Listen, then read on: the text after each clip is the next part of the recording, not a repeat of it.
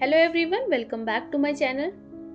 आज हम डिस्कस करेंगे कुछ ऐसे कोर्ट केसेस को जो सिर्फ कानूनी लड़ाई नहीं बल्कि एक रेवोल्यूशन बनकर आए। ये केसेस हमारी सोसाइटी में मैरिजेस को लेके बनी पुरानी सोच को बदलने में हेल्प करते हैं। तो दोस्तों, चलिए शुरू करते हैं और जानते हैं इन केसेस के पीछे छुपी कहानियों को। सबसे पहला केस है साबानो केस 1985। सोच के देखिए, एक औरत जो 50 साल के ऊपर है, अपने 5 बच्चों के साथ जी रही है और अचानक से उसके हस्बैंड ने तलाक दे दिया।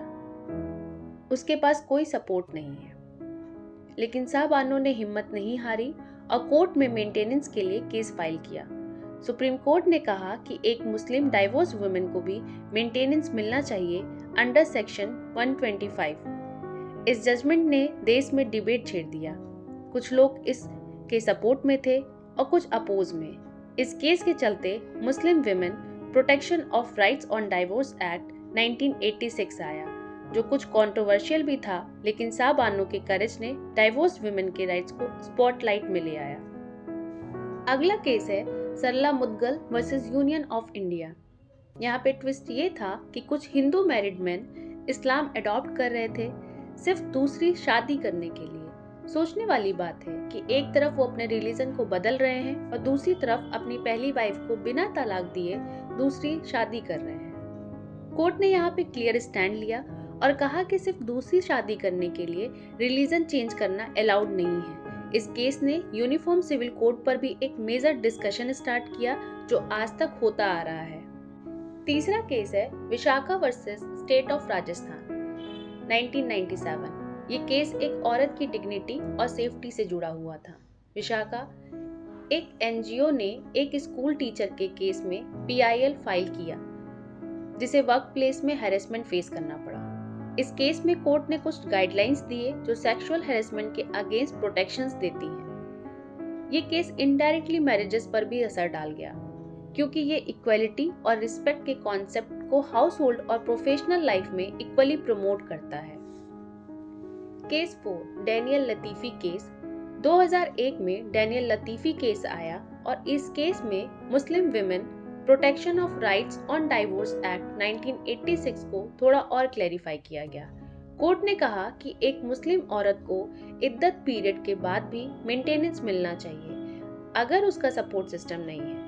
इस केस ने ये मैसेज दिया कि लॉ चाहे जो भी हो, लेकिन जस्टिस हमेशा ह्यूमन डिग्निटी और राइट्स को प्रोटेक्ट करने में होना चाहिए। फिर आया शायरा बानो का केस 2017, जो ट्रिपल तलाक यानी इंस्टेंट तलाक के अगेंस्ट था। शायरा बानो को सिर्फ एक पेपर पर तलाक तलाक तलाक लिख के डाइवोर्स दे दिया गया। इमेजिन कीजिए, बिना किसी डिस्कशन के इंस्टेंटली उसका शादी खत्म हो गया। सुप्रीम कोर्ट ने कहा कि ये प्रैक्टिस अनकॉन्स्टिट्यूशनल है और इसके अगेंस्ट जजमेंट दिया।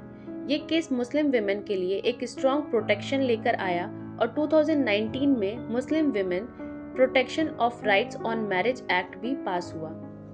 इसके बाद 2018 में Navtej Singh Johar versus Union of India case आया, जो सेक्शन 377 को चैलेंज करने वाला था। ये केस LGBTQ+ कम्युनिटी के राइट्स को लेके था। सुप्रीम कोर्ट ने होमोसेक्सुअलिटी को डिक्रिमिनलाइज किया और बोला कि हर इंसान को अपनी मर्जी से जीने का हक है। इस केस ने फ्यूचर में LGBTQ+ मैरिजेस के कॉन्सेप्ट को भी एक डिस्कशन में ला दिया। इसी साल एक और इंटरेस्टिंग केस आया, जोसेफ शाइन केस 2018, जो एडल्ट्री को लेके था।